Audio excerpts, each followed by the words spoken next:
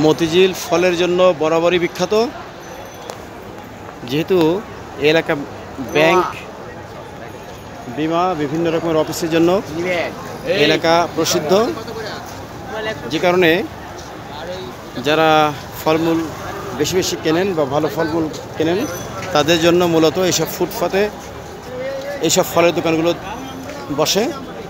তেমনই একটি ফলের দোকান আপনারা দেখতে পাচ্ছেন এখানে।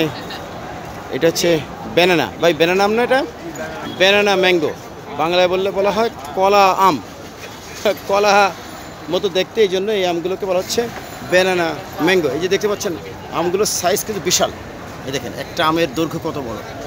এই ব্যানানা আম মোটামুটি অন্যান্য আমের পাশাপাশি ব্যানানা তার স্থান করে ফেলছে। এগুলো হচ্ছে মূলত রূপালি, এটা থাইল্যান্ডে, হ্যাঁ থাইল্যান্ডে। এটা হচ্ছে বাড়ি ফোর ওই পাশে দেখা যাচ্ছে ফজলি, ওই যে শেষে ফজলি। কিন্তু যে ফজলির এত সুনাম, এত ডাক নাম, সেই ফজলি কমে গেছে। এখন আগের মতো আর ফজলি দেখা যায় না। এই যে অল্প কিছু ফজলি আম, এই যে এগুলো কিন্তু ফজলি। বা এটা কী ফজলি? সুরমায় ফজলি, মানে একটু ছোটো সাইজের ফজলি। এটা অত্যন্ত মিষ্টি।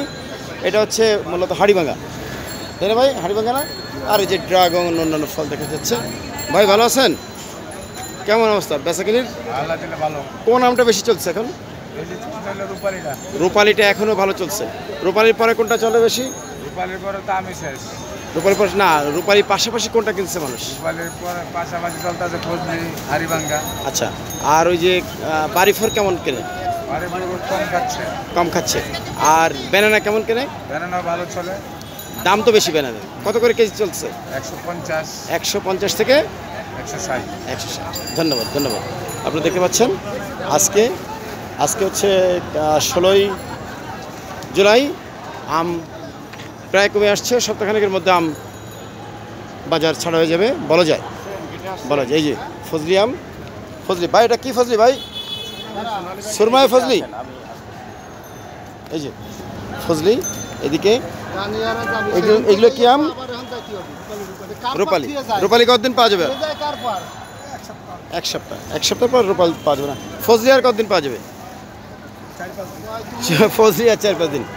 ধন্যবাদ। আপনাদেরকে দেখালাম মতিঝিল থেকে আমের সর্বশেষ পরিস্থিতি। চলছে কোঠা আন্দোলন। আমরা কোঠা আন্দোলনের জন্য একটা ভিডিও করবো, সেটা আলাদা করবো। ধন্যবাদ।